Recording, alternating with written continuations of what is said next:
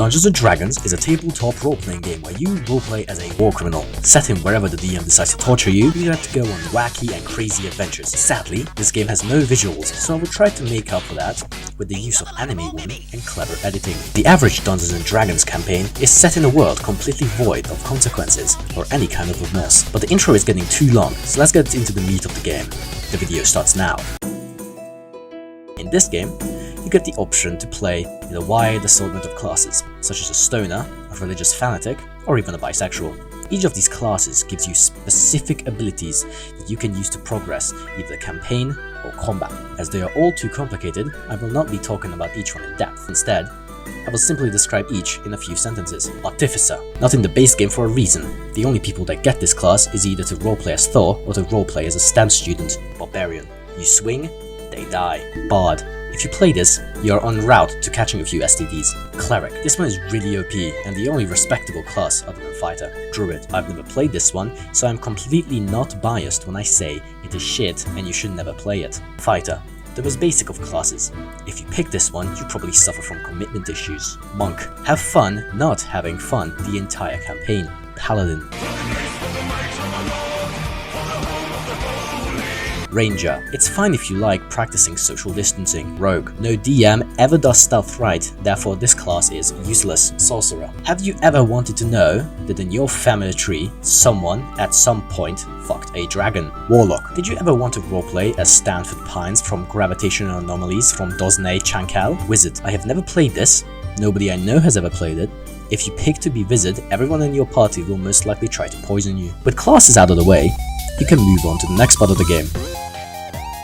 Just like Earth, Dungeons & Dragons is filled with all kinds of races. Unlike Earth, these races all have special abilities that make them have separate playstyles. I will now describe each in a few sentences. Aarakocra, they are cringe. Dragonborn, they are slightly less cringe. Dwarf, this one is just alcoholic RP. Elf, have you ever wanted to be a racial supremacist in front of all of your friends without seeming weird? Genasi, all the 4 elements is people like some sort of weird fan art of the Earth. Gnome, smaller than the Dwarf. Goliath, significantly taller than the Dwarf. Half-Elf, slightly less racist. Half-Orc. Fun fact, someone tried to cancel D&D over this race's entry in the player's handbook. Halfling, the smallest one out there, they are really hard to hit, perfect for Yoda RP. Human, if you pick this, just know that you could have been a literal dwarf and chose to pick a race you already are in real life. Tiefling, they are mainly picked if you are tired of playing humans, but are scared of any real change. Aasimar, they are the opposite of tieflings, that being angels. Warforged, have you ever wanted to roleplay as a robot with no social skills? Now that we have gotten that out of the way, let's get into the juicy part.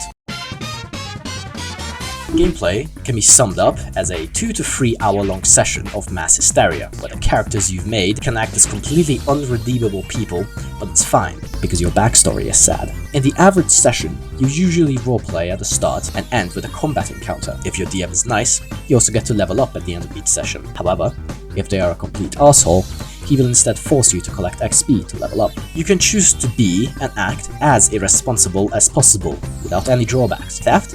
That is on the list. Arson? That is on the list. Religiously motivated attacks?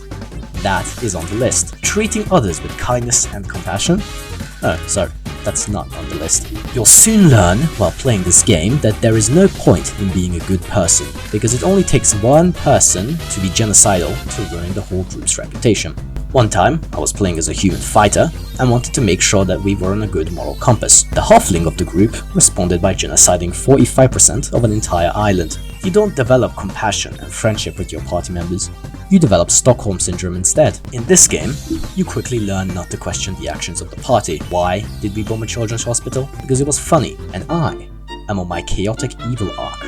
This game is also great because you can examine every event with great detail, such as that one time I analyzed if one of the party members had mommy issues. After looking at a few Discord messages, I realized it was a lot more of a prominent issue. Usually, campaign is about trying to defeat some creature or doing some big task. This task usually changes by the end of the campaign multiple times because the main player base of Dungeons & Dragons suffers from ADHD.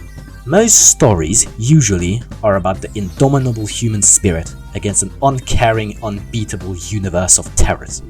Except sometimes, the human spirit dominates a little too hard. Speaking of dominating, In D&D, a bard will try to seduce a character a little too hard, resulting in sexual intercourse. You can tell how good a DM is by seeing what they make you roll to see how good your sexual performance is. Then you can see how depraved he is by what he leaves up to interpretation. The same DM that ran this D&D steamy encounter also introduced me to a type of crystal in this world in his campaign called Primordial Gems. We have a funny story about them, but first we need some context. The world was created a few thousand years ago and Warforged and Zara joined the chaos because she was her father. Now that you understand where Primordial Gems come from, let's tell the story. Basically, we all take these gems to a smith to turn them into very powerful weapons. At this point, the Halfling of the group noticed a pile of primordial dust on the table left over from the weapon creation process. He then proceeds to snort up a good chunk of these crystals and pass out.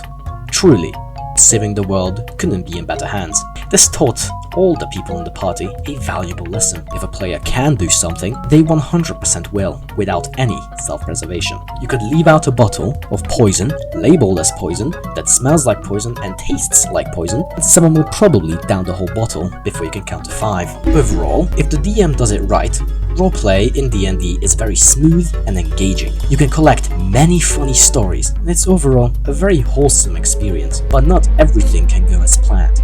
So let's talk about when all negotiations fail. It's time for combat. In combat, each player takes turns not having fun. The order is determined by initiative. To put it bluntly, when it's your turn, you can do 1 main action and 1 bonus action. If you're a magic caster, this means that for the next 10 minutes, you'll be stacking spells to be as OP as possible. If you're a fighter, however, you'll roll to hit, then you either miss or you hit, which is then preceded by a roll for damage. Then you promptly end your turn and repeat this until you kill someone. Combat usually is not the most riveting unless there is a time limit or some event going on. Either way, you'll be spending the next 20 minutes adding numbers. It is a legitimate strategy to be as pacifistic as possible, so you spend as little time in combat as possible. There is not much more to say about combat. If your DM does it right, it's mildly enjoyable at best, but I overall find it quite tedious. This game is very endearing. Each time I put it down, I find myself drawn back into it. If you have friends, I'd recommend you give it a try. Your first time will never be the best, but the most important rule is to have fun, and don't take it too seriously. I've made many great stories about playing this game, and I do not regret a single second I've wasted playing it. At this part of the video, you're free to click off on any of my other videos because I will be talking about unrelated topics that I just want to discuss. First of all, this is the 3rd project I've started, and this is the first one I've actually finished. I was also going to make a video about a Roblox game called Trenches and a video game called Heat Signature. If you're interested in either, share in the comments. Here are some recordings from the Trenches video. I'm being shot by a Democrat. Okay. I'm gonna be completely honest with you right now. You only step on the landmine once. For real, dog, for real. This is one bridge too fucking far, man. I wish to thank all of my patrons. Joking, I have no patrons. I only have a small group of around 60 fanatically loyal followers by my side. Thank you all for watching. I truly appreciate you all, and I wish you all a very pleasant rest of the day. See you all when the next video comes out.